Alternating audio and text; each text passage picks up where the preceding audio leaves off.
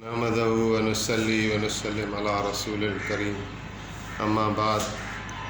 نبی کریم رؤوف رحیم صلی اللہ علیہ وآلہ وسلم کی مبارک زندگی کو بیان کیا جا رہا ہے۔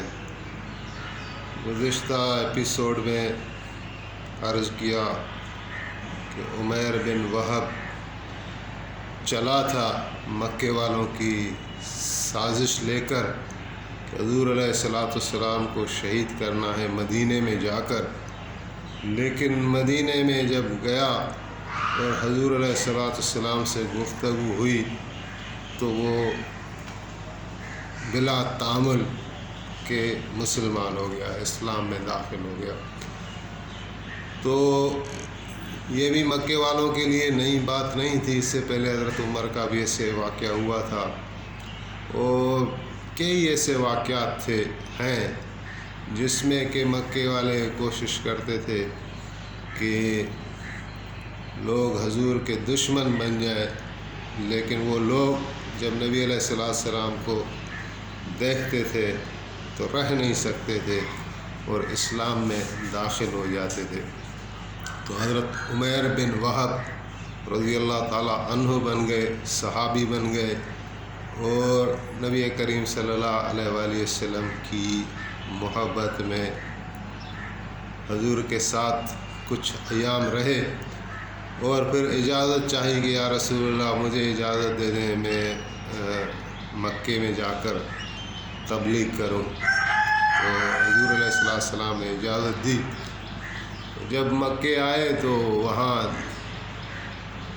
دین اسلام کی تبلیغ کرنے لگے تو مکے والے کتنے اس سے ناراض ہوں گے، اور پھر اس کو اذیتیں دینے شروع کیں۔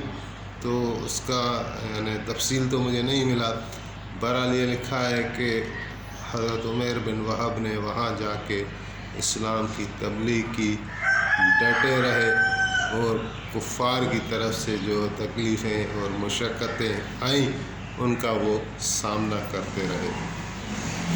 اس کے بعد جو واقعہ آتا ہے وہ ہے اپنا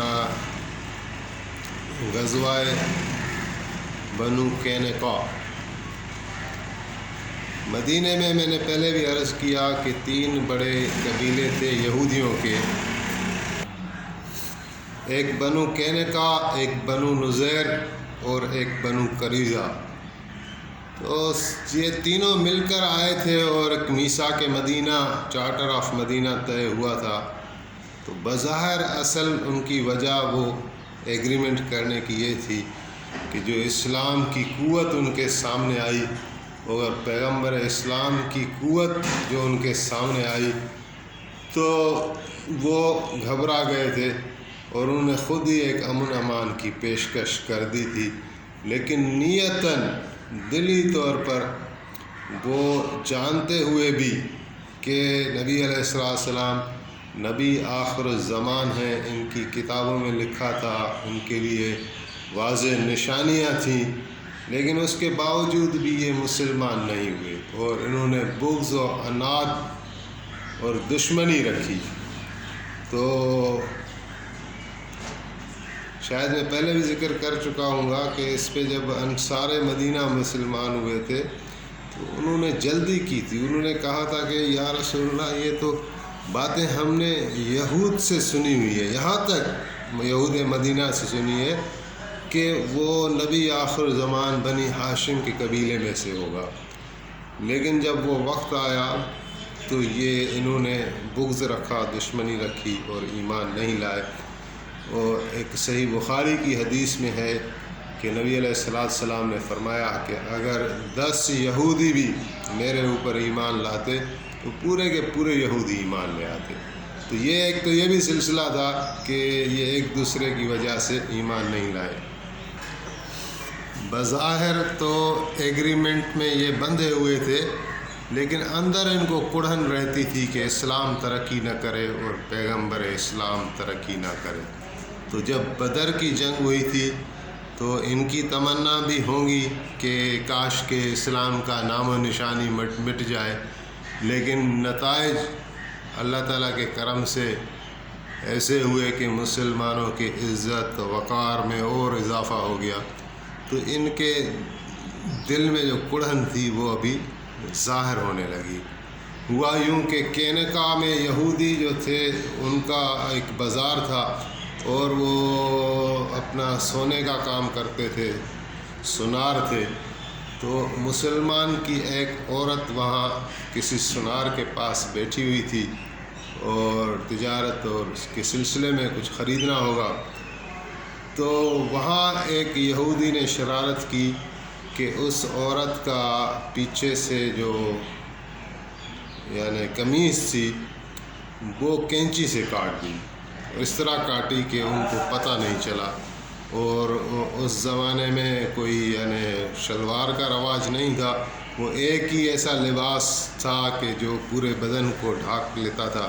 تو اسی طرح جب وہ عورت مسلمان کی وہاں اٹھی تو اس کا سطر جو ہے وہ ظاہر ہو گیا، اور یہ یہودی جو ہیں اس پر یعنی شرارت پر خوش ہونے لگے۔ تو انہوں نے عورت نے آ کے مسلمانوں کو شکایت کی اور بات نبی علیہ السلام تک پہنچ گئی۔ تو آپ نے فرمایا کہ یہودیوں نے جو معاہدہ تھا، جو عہد نامہ تھا، وہ توڑ دیا ہے، یعنی اس کا لحاظ نہیں رکھا، لیکن پھر بھی مجھے اللہ تعالیٰ کے حکم کا انتظار ہے، وہی آ جائے۔ تو پھر جبریل امین ایک وحی بھی لے کر آئے، کہ آیت مبارکہ لے کر آئے، جس کا مفہوم یہ تھا کہ اگر آپ کو کسی قوم سے خیانت کا ڈر ہے تو صلح ناموں کو برابری کی بنیاد پر توڑ ڈالیں، یعنی یہ کہ ان کو علی اعلان بتا دیں کہ وہ صلح جو ہے ابھی وہ آپ سے قائم نہیں ہے، کیونکہ آپ نے یہ حرکت کی ہے۔ تو اس کے بعد آپ نے یہودیوں کا محاصرہ شروع کیا۔ پہلے یہ کہتے تھے، بدر کی جنگ کے بعد یہودی عام یہ کہنے لگے کہ بدر کی جنگ مسلمانوں نے فتح کر لی ہے، لیکن اس کی فتح کا جو اصل سبب ہے وہ مسلمانوں کی شجاعت اور بہادری نہیں ہے، بلکہ اصل سبب یہ ہے کہ مکے والے لوگ بیچارے وہ تو تجارت کرتے ہیں، ان کو تو جنگ کا کوئی پتہ ہی نہیں ہے، تو لہذا مسلمان وہاں سے جیت کر آ گئے۔ لیکن اگر یہ ہوا کہ کل کی مسلمانوں کی جنگ ہمارے ساتھ ہو جاتی ہے تو مسلمانوں کو پتہ چلے گا کہ جنگ کیا ہوتی ہے۔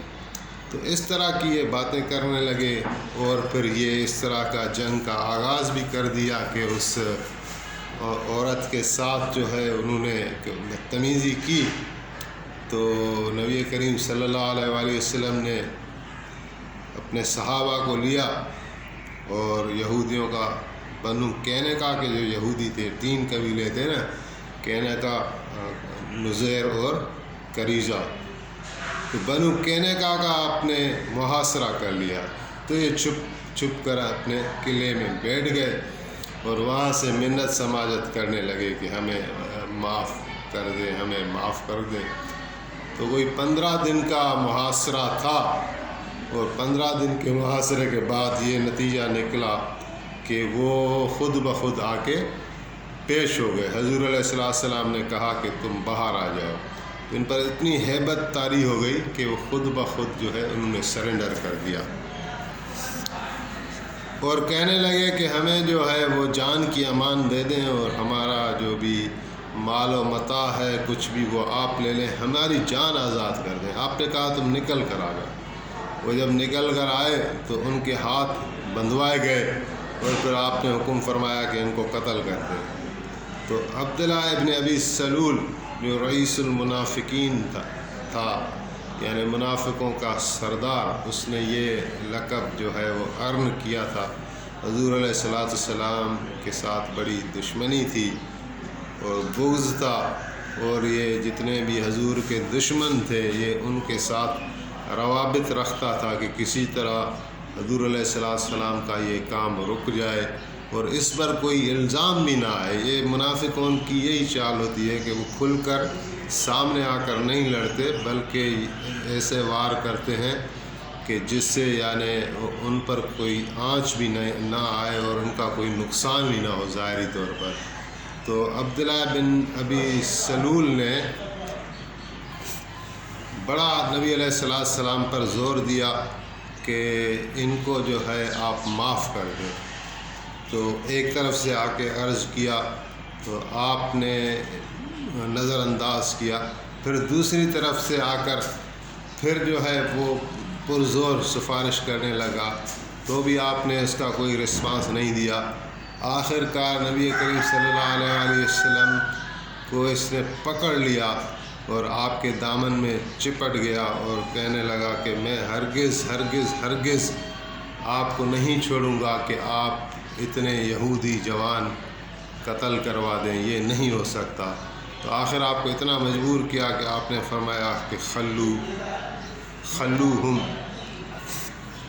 لعنت اللہ علیہ و علیہم، یعنی ان یہودیوں کو چھوڑ دو، اللہ کی لعنت ہو اس پر بھی اور ان پر بھی۔ یعنی یہ جو چھڑانے والا ہے ابن سلول، اس پر بھی اللہ کی لعنت، اور وہ جو یہودی ہیں جو اللہ اور رسول کے دشمن ہیں ان پر بھی اللہ کی لعنت ہو۔ تو یہ یہودی جو ہے وہ پھر عبداللہ بن صامت رضی اللہ تعالی عنہ ایک صحابی تھے جو بڑے ایمان والے تھے، مومن تھے۔ تو ان یہودیوں نے پھر ان کو اپروچ کیا کہ ہماری جان جو ہے وہ نبی علیہ السلام نے بخش دی ہے، لیکن ہمیں کچھ ٹائم دلوا دیں 3 دن کا کہ ہم بعد میں نکلیں گے۔ تو وہ ٹائم حضرت عبداللہ بن صامت نے ان سے لے لیا نبی علیہ السلام سے، اور ان کو پھر روانہ کر دیا۔ تو یہ بنو قینقاع کا مدینے والی زندگی سے اخراج ہو گیا اور آگے کسی جبلوں میں وہ گئے، تو وہاں بھی کوئی ایسی بلا ان پر نازل ہوئی کہ یہ بچے نہیں، یہ ختم ہو گئے۔ تو انشاءاللہ یہ بیان ابھی جاری ہے۔